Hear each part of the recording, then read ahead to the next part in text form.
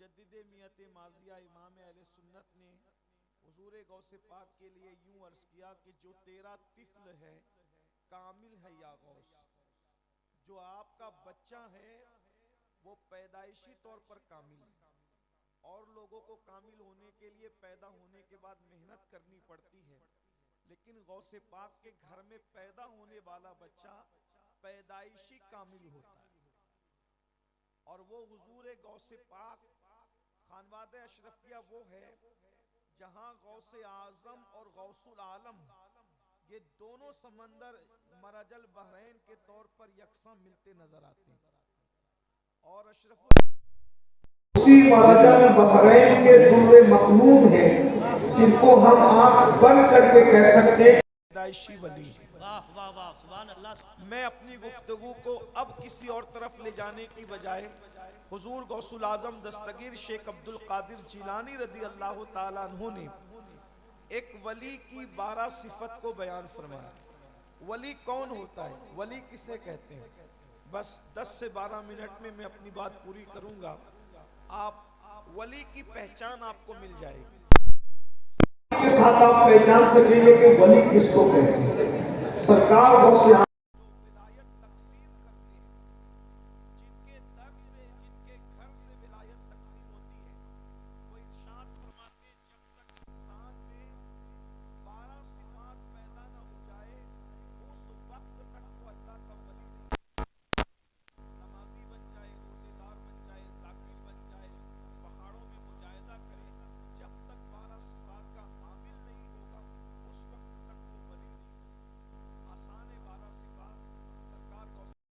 ایک تو وہ صفت ستاری کا مظہر ہوتا ہے، وہ صفت غفاری کا مظہر ہوتا ہے، یعنی ولی وہ ہوتا ہے جو لوگوں کے عیب کو بیان نہیں کرتا بلکہ لوگوں کے عیبوں پہ پردے ڈالا کرتا ہے۔ اللہ رب العزت ستار ہے، اور اس منبر پر ابھی آپ نے اپنی آنکھوں سے دیکھا کہ اللہ اکبر اپنے مرید کو منع کیا گیا، اور جب انہوں نے توجہ نہ کی تو جھڑکی دے کر کے بتایا گیا کہ اللہ والوں کی شان کیا ہے کہ یہاں پردے نہیں اٹھائے جاتے بلکہ پردے ڈالے جاتے۔ نعرہ تکبیر، ہاتھوں کو اٹھا کر کے نعرہ رسالت، نعرہ حیدری، سبحان اللہ سبحان اللہ۔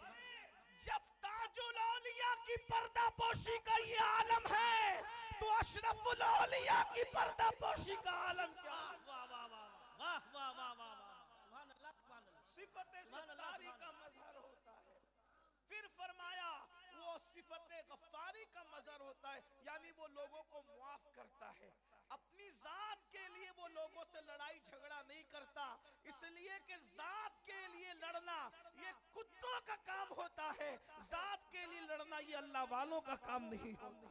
وہ صفت غفاری کا مظہر ہوتا ہے۔ اشرف الاولیاء کی زندگی کو دیکھیں، میں نے تو ان کو نہیں دیکھا، میں نے صرف لوگوں سے سنا ہے، سن کر میں اس نتیجے پر پہنچا ہوں۔ جنہوں نے دیکھا وہ گواہی دیں گے، شہادت دیں گے کہ ان لوگوں نے حضور اشرف الاولیاء نے اپنی ذات کے گستاخوں کو ہمیشہ معاف کیا، اور اس دن کو یاد دلایا جو فتح مکہ کا دن تھا، تسلیم علیکم اور یہاں تو چشتیت ہے، اور خاص طور پر یہاں چشتیت اور قادریت کا بھی سنگم ہے۔ چشتیت اس اعتبار سے ہے کہ مخدوم اشرف جہانگیر سبنانی جیسا سلسلہ چشتیہ کا وہ عظیم نمائندہ جس نے سلسلہ چشتیت کو بام عروج تک پہنچایا، اور اسی لیے تو ان کے مرشد کو ان میں نام تھا۔ مرشد اپنے بیٹے کو خدمت سونپتے ہیں کہ تمہیں جنگل سے لکڑیاں لانے جانا ہوگا، اور سارے خلفاء کو ذمہ داریاں سونپتے ہیں، خانقاہ میں جھاڑو لگانا ہوگا، برتنوں کو صاف کرنا ہوگا، لنگر تقسیم کرنا ہوگا، مہمانوں کی خدمت کرنا ہوگا۔ بیٹے کو بھی کام دیا، سارے مرید اور خلفاء کو کام دیا، لیکن جب میرے مخدوم اشرف سبلا نے عرض کیا حضور سب کو کام سونپتے ہیں، مجھے بھی کوئی کام سونپ دیجئے، فرمایا ارے سوالات اشرف تم کرو، اس لیے کہ جب تم آئے تھے تو تمہارے آنے سے پہلے خدا علیہ السلام نے تمہاری بڑی تعریف کی تھی۔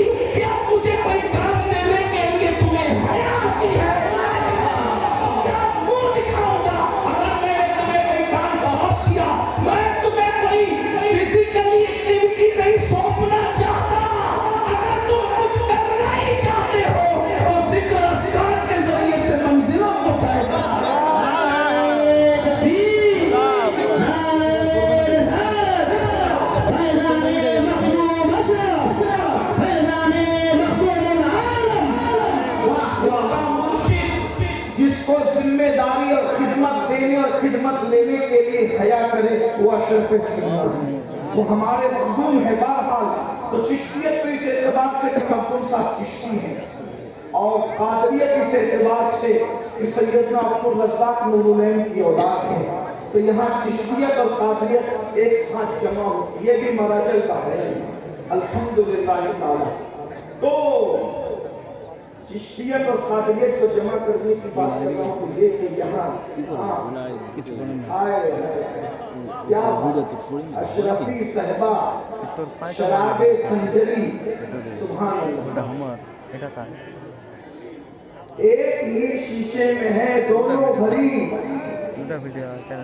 قادری صحبہ شراب سنجری، ایک ہی شیشے میں ہے دونوں بھری، قادری صحبہ شراب سنجری، قادری صحبہ شراب سنجری، ایک ہی شیشے میں ہے دونوں بھری۔ کیا خوش نصیبی ہے ہم لوگوں کی۔ تو قادریت اور چشتیت جب ملی ہوئی ہے تو دونوں میں اب بات کیا ہے؟ حضور غوث پاک فرماتے ہیں کہ میرا گھوڑا بے لگام ہے اور میری تلوار بے نیام ہے، اور چشتی لوگ کہتے ہیں خواجہ نصیر الدین چراغ دہلوی رضی اللہ تبارک و تعالیٰ عنہ کہ ہم چشتی لوگ کسی سے الجھتے نہیں، ہم نے اپنی تلوار ننگی کر کے رکھی ہے، جو آ کر کے الجھے گا اس کا قصہ خود ہی کا نام ہو جائے گا۔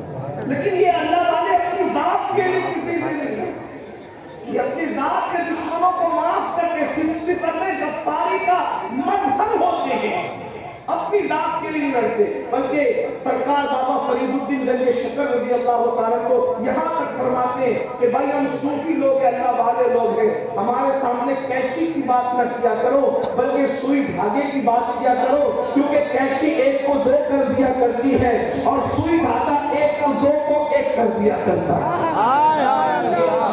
ہے۔ یہاں پر ایک کو دو نہیں کیا جاتا بلکہ دو کو ایک کیا جاتا ہے۔ یہ سرکار بابا فرید گنج شکر رضی اللہ تعالیٰ کی تعلیم۔ اللہ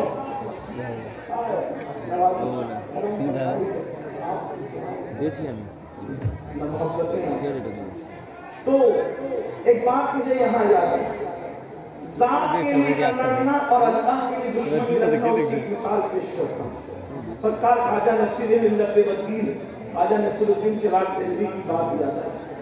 کچھ لوگوں نے بادشاہ کے پاس جا کے چغلی کی کہ یہ لوگ تو سما میں رات دن رہتے ہیں، یہ اللہ والے لوگ نہیں ہیں، اور یہ ایسے ہی ہیں ویسے وغیرہ وغیرہ کہا۔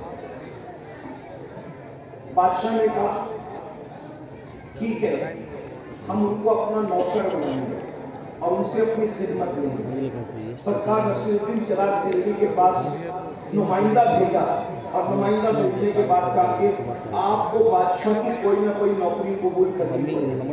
سرکار نصیر الدین نے فرمایا میں آپ سے کوئی تعلق نہیں رکھتا، میں آپ کی نوکری کیسے کر سکتا ہوں؟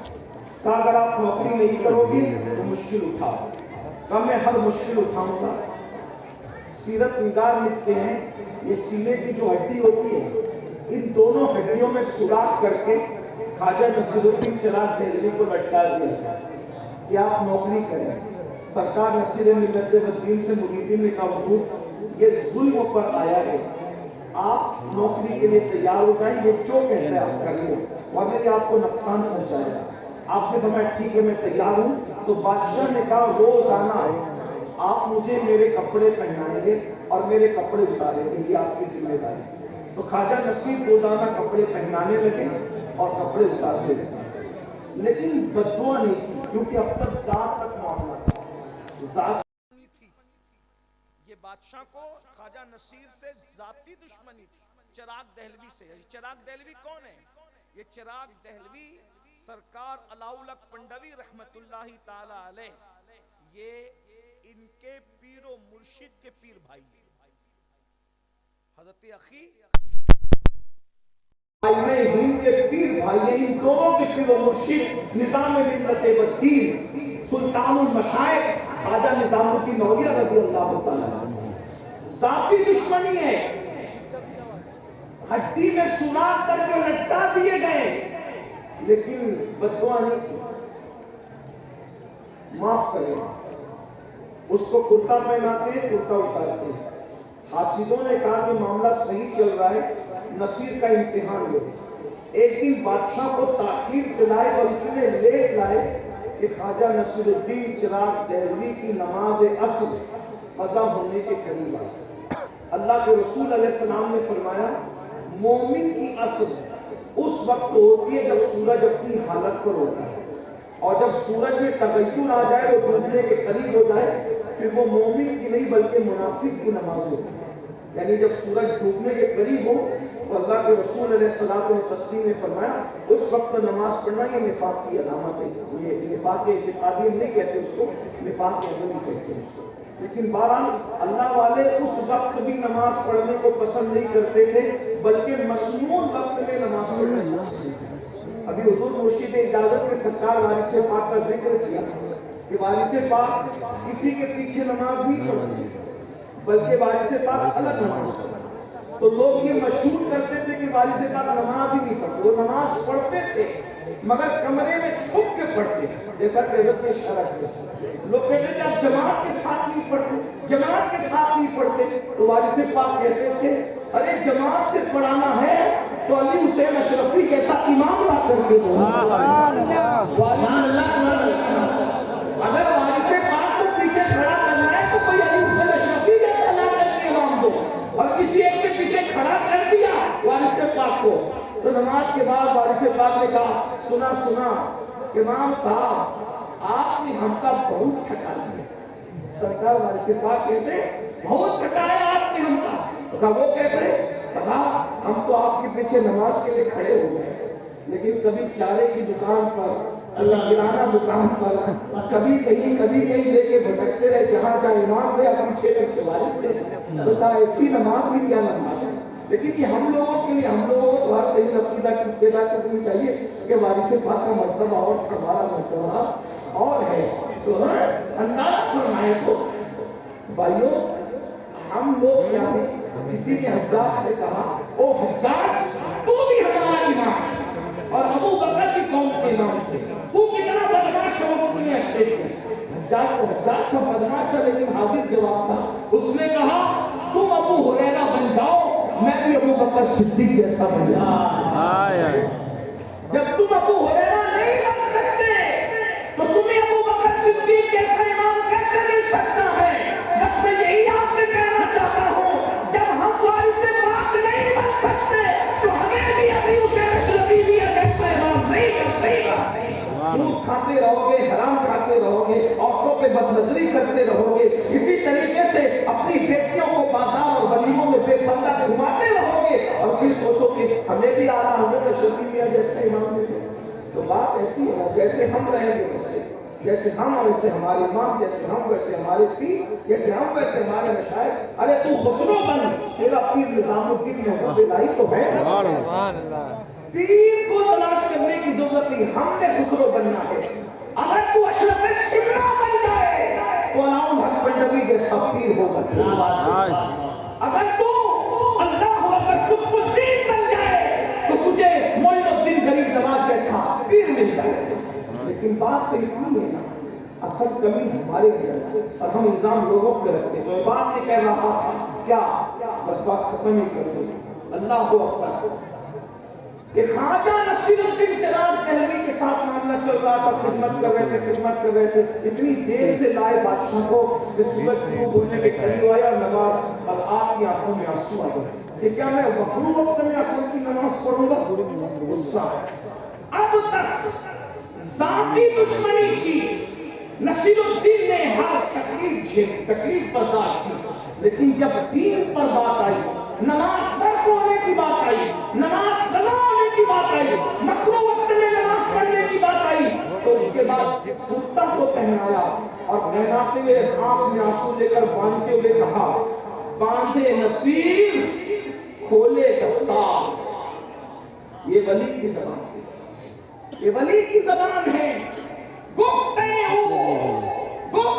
اللہ بوت گرچہ الخلقون عبداللہ بوت، اس کی بولی گویا کہ خدا کی طرف سے ہوتی ہے، وہ اللہ کا ولی بولتا ہے مگر ولی کی زبان پر خدا کا فرمان جاری ہوتا ہے۔ اس شان سے کہا باندھے نصیر کھولے